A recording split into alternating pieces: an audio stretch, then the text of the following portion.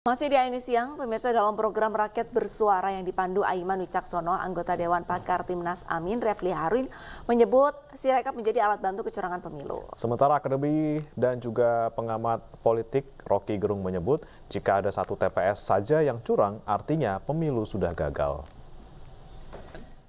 Ketika pencoblosan sampai ke penghitungan, banyak terjadi kecurangan-kecurangan itu.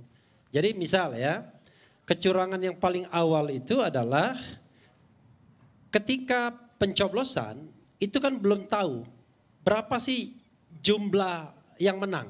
Sampai kemudian bisa dilakukan selebrasi, kan begitu. Yang selebrasinya dipesan 2 hari sebelumnya, sudah ketahuan hasilnya. Dari mana? Kan dari Sirekap. Jadi maksudnya Istora ya, nanti bisa jawab tuh. Dari Sirekap kan. Makanya saya katakan teorinya gini, ya. Sirekap itu memberikan panduan, oke? Kenapa saya katakan memberikan panduan? Di sini saya ceritakan ada orang yang masuk pada Sirekap sebelum penghitungan suara dilakukan sudah terisi, ya.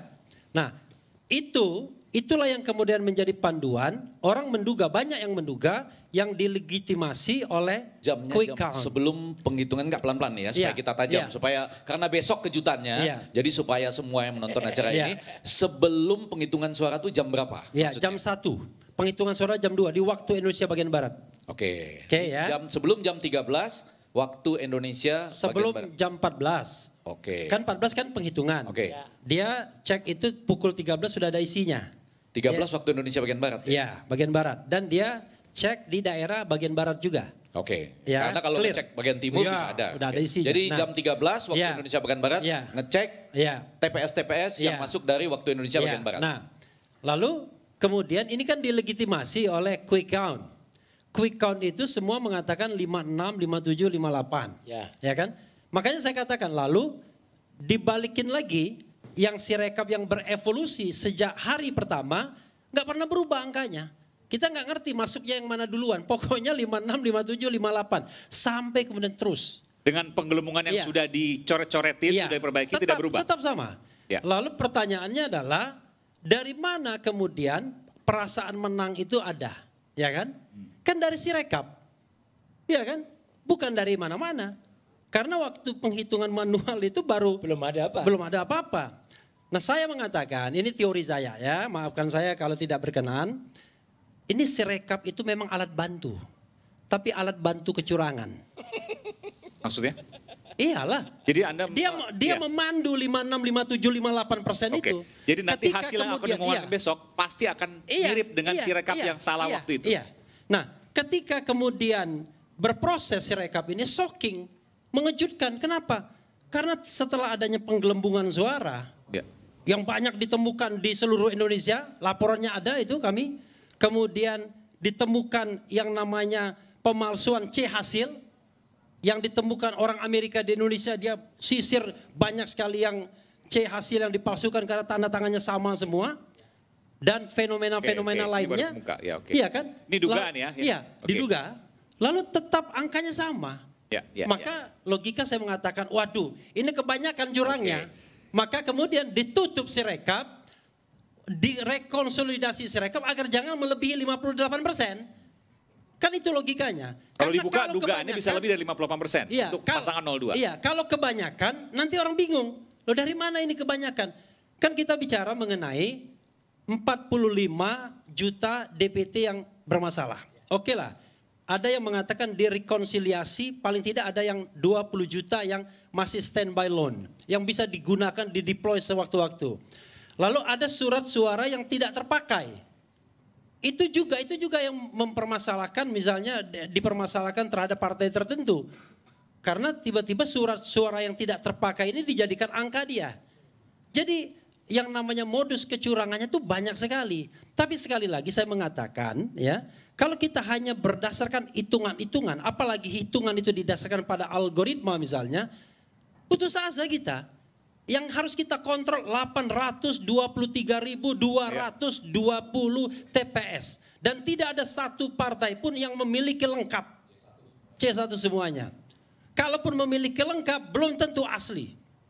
Itu persoalannya.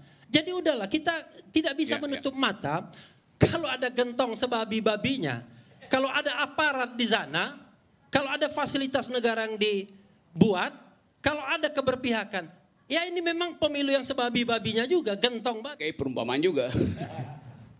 Umpama ada seseorang yang harus membuktikan ijazahnya palsu apa tidak. Oke, ini umpama ya. Setelah seru ini sampai ke pengadilan. Ini biasa aja nih.